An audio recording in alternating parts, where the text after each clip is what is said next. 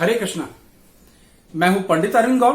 स्वागत करता हूं आपका अपने YouTube चैनल ज्योतिष विद अरविंद गौड़ में। आज हर एक लग्न में राहु द्वितीय भाव में होगा तो उसका क्या प्रभाव होगा, इसके संबंध में वीडियो है। यानी राहु दूसरा घर और उसके रहस्य, इसी संबंध में ये वीडियो है। क्या प्रभाव देगा, किस तरह राहु असर करता है, ये सभी हम बातों को समझने की कोशिश करेंगे। तो पहले छोटे छोटे 2-3 डेफिनेशन समझते हैं कि राहु क्या है। अगर हम एक शरीर बनाएं और शरीर की गर्दन काट दें तो जो ऊपर का हिस्सा बचा, यानी सिर, गला, गले से इतना इतना ऊपर का जो पोर्शन बचा उसे राहु कहते हैं। जो नीचे वो जितना जो धड़ का पोर्शन है उसे कहा जाता है केतु।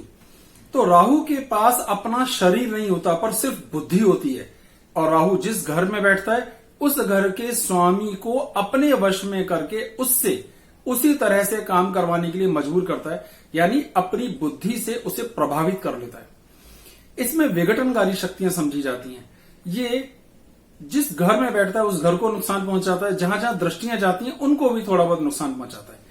राहु में अक्ल बहुत होती है, राजनीति का कारक समझा जाता है, बौद्धिक सामर्थ्य का, इसके पास ओवर इंटेलिजेंसी होती है, इंटेलिजेंट होता है, प्लानिंग अच्छी बनाता है, गुस्सा बहुत होता है, पित्त प्रकृति का है यानी एसिडिक नेचर का है। इसकी दक्षिण पूर्व इसकी दिशाएं समझी जाती हैं, और धूसर रंग, मिट्टी जैसे रंग इसका माना जाता है। स्वभाव से क्रूर ग्रह समझा जाता है, बहुत तेज एक्शन लेता है, आदमी में आत्मसम्मान, ईगो, जिद, बदला लेने की सामर्थ्य देता है। बॉडी के साल्ट्स, जो हमारी बॉडी 6 साल्ट्स पर डिपेंड करती है, 6 लवण हमारे शरीर में होते हैं, उन साल्ट्स के बैलेंस को खराब करता है। दांतों को कंट्रोल करता है, डाइजेशन को कंट्रोल करता है, मसल्स को कंट्रोल करता है, लिगामेंट्स को कंट्रोल करता है। तो राहु का प्रभाव उसका बहुत दूर दूर तक है, काफी दूर तक असर करता है। और आज हमारी चर्चा है second house. Second house means हमारा गला, हमारी धन, हमारी पेरेंटल इफेक्ट से मिलने वाली संपत्ति, हमारा नेचुरल ज्ञान। एक ऐसा भी तो ज्ञान होता है जो बिल्कुल अनपढ़ आदमी जो कभी स्कूल नहीं जाता उसमें भी बुद्धि होती है। तो इस जो नेचुरल ज्ञान को हम कहते हैं उसे सेकंड हाउस कंट्रोल करता है। तो सेकंड हाउस से हमने क्या देखना है, द्वितीय भाव से धन देखना है, संपदा देखनी है, गला देखना है, आंखें देखनी है, सोना चांदी हीरे जवाहरात की चर्चा इसमें से करनी है, पत्नी का स्वास्थ्य और पत्नी की भयानक बीमारियां या उनकी मृत्यु का विचार भी करना है, आमदनी से मिलने वाले सुख का विचार भी करना है। तो ये बहुत सारा व्यापक क्षेत्र है। राहु की 3 मुख्य दृष्टियां होती हैं, 5वीं, 7वीं और 9वीं। यानी वो जिस घर में बैठता है उस घर को भी गिनो और उससे गिनकर 5वां घर वहां देखेगा, जिस घर में बैठा है वहां से गिन के 7वां घर वहां भी देखेगा, और 9वें घर को भी। तो 3 घरों पर दृष्टि से प्रभाव करता है, एक घर में बैठ के प्रभाव करता है। तो एक साथ राहु 4 घरों पर प्रभाव डालता है। कुल 12 सारे होते हैं, यानी 33% कुंडली को राहु कंट्रोल करता है। तो एक घर में बैठेगा और सबको देखेगा। अच्छा, मित्र के घर में बैठेगा तो प्रभाव कम बुरे देगा, शत्रु के घर में बैठेगा प्रभाव ज्यादा बुरे देगा। ये समझना भी बहुत जरूरी है। अब हम ऐसा करते हैं, एक एक करके सभी लग्नों को ले लेते हैं। लग्न क्या होती है, आप सभी ज्ञानी हैं लेकिन फिर भी बता देता हूं। जो आपकी जन्म कुंडली है उसका एक फोटो भी मैं आपको साइड में दिखा रहा हूं। उसमें पहले नंबर पे जो भी अंक लिखा है, मैथमेटिकल अंक, उस अंक के हिसाब से हम उसे लग्न कहते हैं। 1 लिखा है तो मेष, और 1 से लेकर 12 तक मीन। तो अभी मेष लगन में सेकंड भाव में अगर राहु होगा तो उसका क्या प्रभाव पड़ेगा, वहां वो मित्र की राशि में होगा। तो बोली पे, भाषा पे पॉजिटिव इंपैक्ट डालेगा, लेकिन भाषा की कठोरता, दांतों की खराबी, थायराइड की थोड़ी सी समस्या, कमर दर्द की शिकायतें देगा। शत्रु पक्ष पर उसका दबाव बनेगा। लेकिन शत्रु पे दबाव बनाने का भाव हम क्या लेते हैं, शत्रु होंगे तभी तो उनको दबाएगा।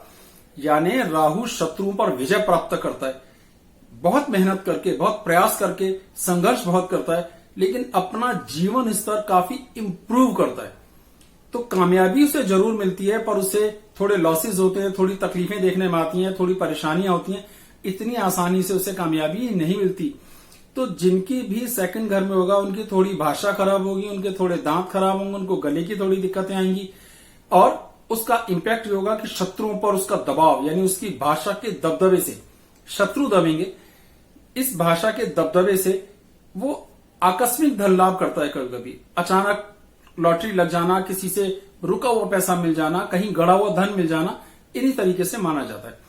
एज को भी थोड़ा दबाव डालता है, छोटी छोटी ऐसी बीमारियां देता है जिसमें जैसे कमर दर्द की शिकायतें, डिस्क की प्रॉब्लम, लेडीज को यूट्रस की प्रॉब्लम ये देखने में आ सकती है। किडनी का माइनर प्रॉब्लम भी इसी में देखने में आता है। तो मेष वालों के लिए जो स्थिति है कि कभी धन लाभ, कभी आकस्मिक फायदा, कभी शत्रु उठे, कभी दबे, लेकिन फाइनली अपनी पोजीशन इंप्रूव बनाने में कामयाब हो जाता है, रुतबा बना लेता है। लोग कहते हैं कि हाँ भाई कड़वा तो है पर इसकी बात में दम है। तो राहु की स्थितियां अच्छी हैं। वृषभ लगन की बात करते हैं। वृषभ लगन में राहु जब दूसरे घर में होता है, अपनी उच्च राशि में होता है, उसकी भाषा कठोर होने के बाद भी बड़ी संतुलित होती है, व्यवहार कुशल होता है, बहुत अच्छी सलाह देने वाला होता है, उसका नेचर इंप्रूव होता है। थोड़ा संघर्ष करने के बाद में अपने आप को इतना कामयाब बनाने में सक्षम हो जाता है कि वो एक दिन समाज में रुतबा हासिल करता है, सम्मान प्राप्त करता है। तो कुछ हद तक वृषभ लगन वालों के लिए जो स्थिति है वो ये कि उनको राहु के दूसरे घर में होने का नुकसान ना के बराबर है। कभी कभी कमर दर्द जैसी थोड़ी शिकायतें ज्यादा देखने में आती हैं। मिथुन लगन की बात करते हैं, यानी जिस पर 3 नंबर लिखा होता है। तो मिथुन लगन के लिए राहु की स्थिति क्या है कि राहु वहां पर मूल त्रिकोण राशि में भी है और शत्रु राशि में भी है। दोनों बातें यहां एक साथ गिनी जा सकती हैं। भाषा की कठोरता, जिद, कड़वापन, तीखापन, कमर दर्द की शिकायतें, इस तरह का पीरियोडिक डिस्टर्बेंसेस गर्ल्स के केस में देखने में आता है। शत्रु होते हैं, कर्ज बढ़ता है, बिना मतलब के कर्जे, झंझट, परेशानियां पीछा ही नहीं छोड़ते, जिंदगी भर कुछ ना कुछ समस्याएं लगी रहती हैं। उम्र लंबी होती है, कभी कभी अचानक कुछ लाभ हो जाता है, कभी नहीं, लेकिन जीवन स्तर को मेंटेन करना संभव नहीं होता। यानी इतने संघर्ष के बाद भी सफलता उन्हें उतनी नहीं मिलती, लाइफ में उतना स्टेटस नहीं मिलता जितना उन्हें मिलना चाहिए था। कर्क की बात करते हैं। कर्क लगन बढ़िया लगन, लेकिन राहु के प्रभाव यहां बड़े खराब आते हैं। शत्रु राशि में कारण गले की खराबियां तो समझो कभी ठीक ही नहीं होती। दांतों की समस्याएं, गले की खराबियां, शत्रुओं का भितरघात करना, जिसे लेग पुलिंग, बैक बाइटिंग भी हम लोग कहते हैं, तो वो कभी ठीक ही नहीं होता। ये प्रॉब्लम्स तो उसको ज्यादा देखने में आती हैं। तो शत्रुओं का प्रभाव बढ़ा, उनसे इंपैक्ट, नुकसान देखने में आया। इसके अलावा कुछ पैसे बेमतलब ब्लॉक होते हैं। आपने बहुत कोशिश करने के बाद भी आप देखोगे कि उनके पैसे ब्लॉक हो जाते हैं।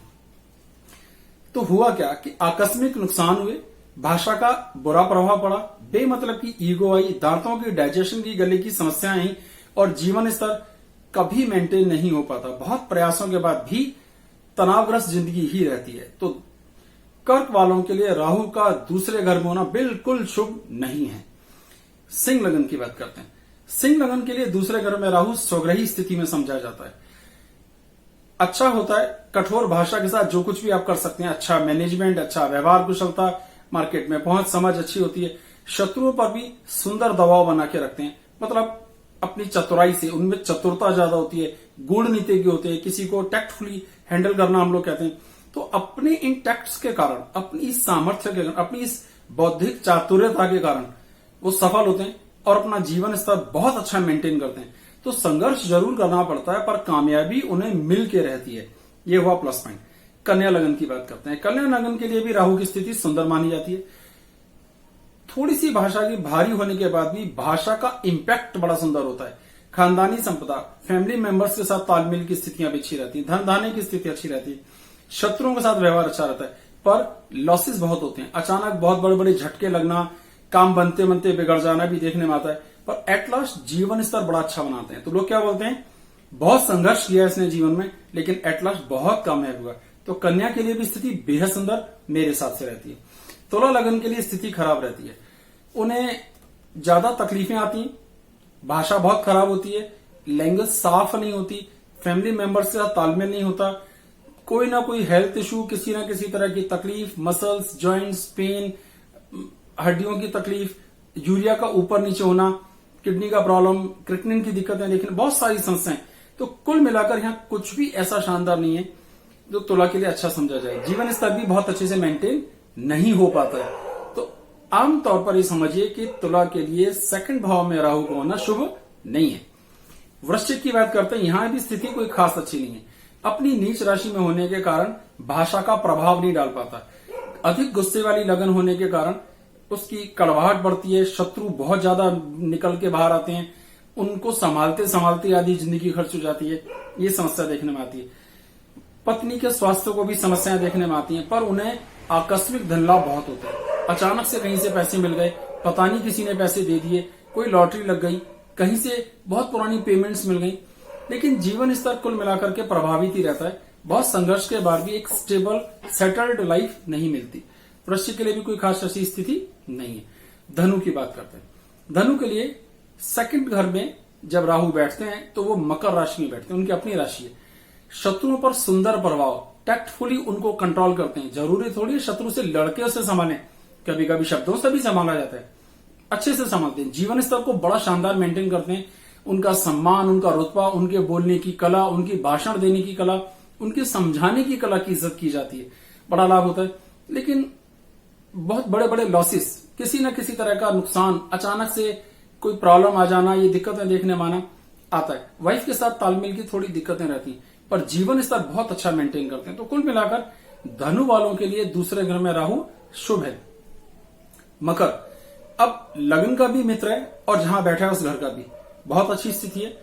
शत्रुओं पर बहुत सुंदर प्रभाव होता है। शत्रु भी, विरोध करने वाले भी उनकी इज्जत करते हैं। बीमारियां कंट्रोल रहती हैं, लेकिन वाइफ के साथ समस्याएं आती हैं। वाइफ के स्वास्थ्य को समस्याएं देखने में ज्यादा आती हैं। आकस्मिक धन लाभ होना, अचानक रुका हुआ कोई भी काम बन जाना, पता नहीं कहां से कोई एक रूट बन जाना और उस रूट के थ्रू बोलना काम बने, तो ऐसा आदमी इस मामले में लकी होता है। लेकिन फिर भी पूरी जिंदगी अपने स्टेटस को मेंटेन करते करते ही खर्च कर देता है, उसे मेंटेन नहीं कर पाता। तो जो मेंटेन होना चाहिए, जो एक लेवल लगातार बने रहना चाहिए, वो नहीं आ पाता है। तो थोड़ी सी दिक्कतें कुंभ को आती हैं, लेकिन ऑन दी होल बहुत अच्छा है। मीन लगन में स्थिति थोड़ी न्यूट्रल है, क्योंकि सेकंड घर में वो मेष राशि अपनी शत्रु राशि में, तो भाषा का इंपैक्ट खराब, परिवार के साथ तालमेल की दिक्कतें, फैमिली से विचार नहीं मिल रहे, सारी दुनिया से उसका अलग कीर्तन चलता है, दुनिया अलग बाजा बजा रही है, उसका अलग ही बाजा बज रहा है।